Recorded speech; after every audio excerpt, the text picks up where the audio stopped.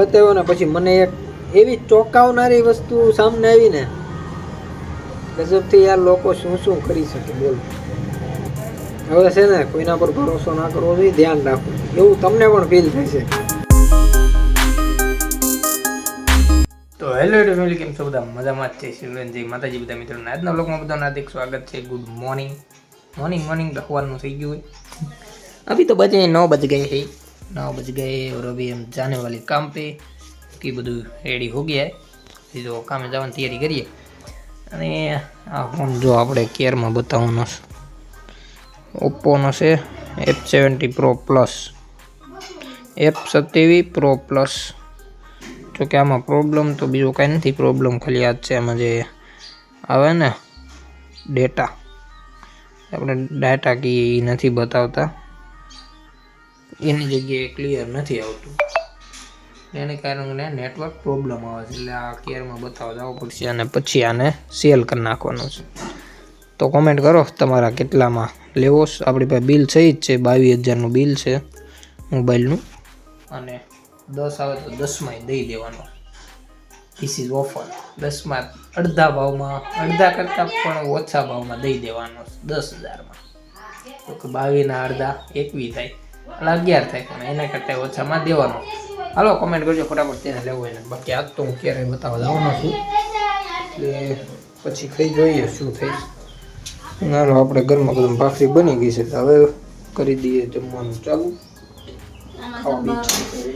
બારમાં જો કેરી આવી ગઈ, હવે ઉનાળો આવ્યો ને, મસ્ત મસ્ત ખાખડી આવી ગઈ. હવે હાલે અરે ઈ સંભારો છે, હજી અડધી તો ફ્રીજમાં પડી છે. જો ક્યાં છે, આખું જબલું ભીરું કેરીનું. હવે મિત્રો જમી લઈએ, પછી મળીએ તમને વ્લોગમાં આગળ.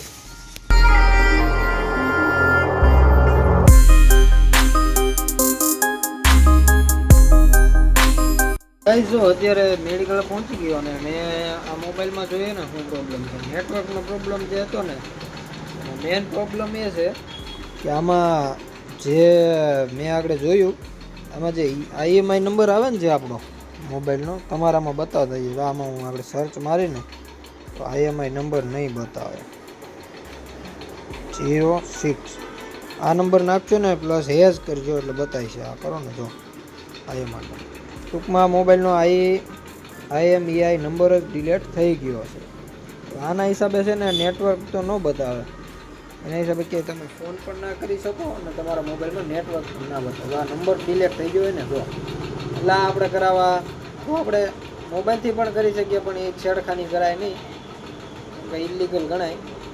એટલે આપણે પહેલાં ક્યારે બતાવી આવીએ બપોરે શું છે પ્રોસેસ આની આગળની, તમને બતાવું ક્યારે જઈ. તો ગાઈઝ અત્યારે જો હું છે ને મોબાઈલનો જીઓના ઓપ્પોના કેરે ગયો તો, એ કમ્પ્લીટ મોબાઈલ બતાવી આવ્યો. અને મોબાઈલ બતાવ્યો ને પછી મને એક એવી ચોંકાવનારી વસ્તુ સામે આવી ને ગજબથી યાર લોકો શું શું કરી શકે બોલ. મોબાઈલ સાથે એવું કંઈક થઈ ગયું છે ઘટના, એ ઘટના હું તમને કહીશ તો તમને પણ એમ થશે કે હવે છે ને કોઈના પર ભરોસો ના કરવો જોઈએ, ધ્યાન રાખવું એવું તમને પણ ફીલ થશે. એટલે મેં વ્લોગ તો હું ત્યાં જ ઉતારત, કેમ કે બધું આપણે ડેઈલી વ્લોગ ઉતારીએ એ રીતનો જ ઉતારત, પણ ત્યાં ગયો તે હું ચોંકી ગયો, એટલે પછી મેં બ્લોગ ના ઉતાર્યો. એમાં થયું એવું મિત્રો, મોબાઈલ છે અમારા ગામના ભાઈનો, અને આ હું ઓપ્પોના કેરે લઈને ગયો. આમાં તમને દેખાય જો દેખું છું ઓપ્પો જનરલી લખેલું જ છે, કમ્પ્લીટ ઓપ્પોનો ફોન છે. અને તમને સેટિંગમાં જઈને બતાવું ને, તમે કહેશો કે નહીં ફોન ઓપ્પોનો જ છે, એમાં કાંઈ ફેર નથી. સેટિંગમાં જાઓ તમને જોઈએ, જો આમાં નામે છે ડિવાઇસનું, ઊંધું દેખાતું કલર OS ને ઓપ્પો, અહીંયા લખેલું છે ઓપ્પો, અહીંયા તમે દેખાય જો Oppo F27 Pro Plus 5G. પણ મેન હકીકત મોબાઈલની એ છે કે આનો જે EMI નંબર હોય ને એ લોક થઈ ગયો. લોક એટલે ભાઈએ જ્યારે ફોન છે ભાઈનો, એ ભાઈએ જ્યારે રિસ્ટાર્ટ માર્યો ને મોબાઈલ, એટલે એના હિસાબે મોબાઈલ EMI નંબર હોય ડિલેટ થઈ ગયો.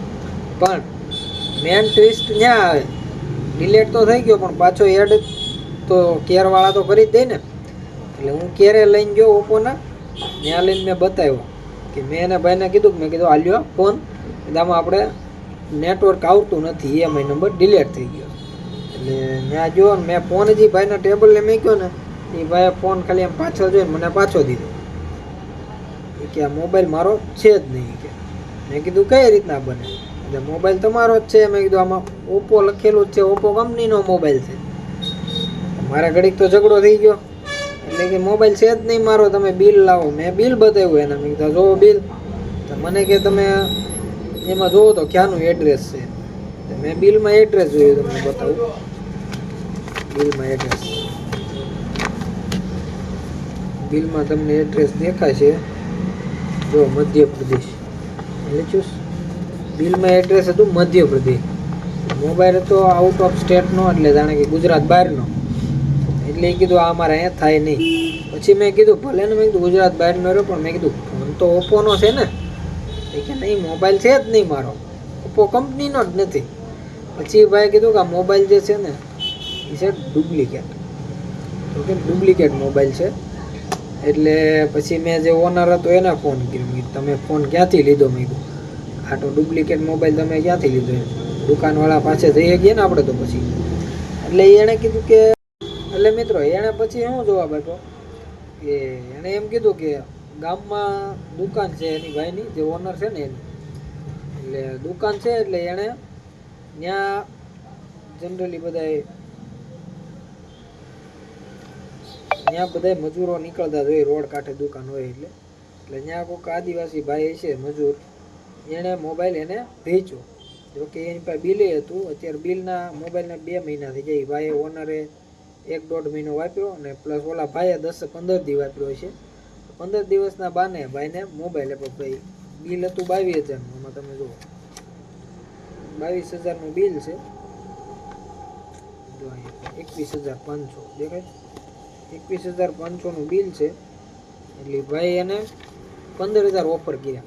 10-15 દિવસ જૂના મોબાઈલના 22,000 બિલના એણે કેટલાક આપ્યા? 7,000 ઓછા કરીને આપ્યા. મારે અત્યારે પૈસાની જરૂર છે, તમે મોબાઈલ રાખી લો 15,000, મને 15,000 રોકડા આપી ગયો. એમ કરીને ભાઈને મોબાઈલ પકડાઈ દીધો. એટલે એવો સ્કેમ થઈ ગયો છે. એટલે તમે છે ને આવા સ્કેમથી દૂર રહેજો, કેમ કે અત્યારે લોકો શું સ્કેમ કરે છે ને કાંઈ નક્કી જ નથી. જો કે આ મોબાઈલ તો અત્યારે ડુપ્લિકેટ નીકળ્યો. હવે આને વેચવા જઈએ તો આનું કંઈ ન આવે.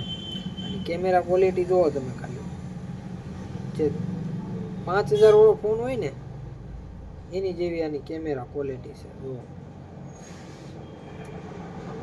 જો મારું મોટું દેખાતું છે તમે, આમાં જ કેમેરા ક્વોલિટી થોડીક લાગે. બાકી કેમેરા ક્વોલિટી 5,000 ફોન હોય એની કરતાં પણ ઓછી છે. લોકો આવા સ્કેમ કરે છે, તમે બચીને રહેજો. આ કહાની ઉપરથી આપણને જાણવા મળે કે મોબાઈલ લેવો, પણ પહેલાં તો હું ચોંકી ગયો કે આ કોઈ ડુપ્લિકેટ કઈ રીતના કહી શકે.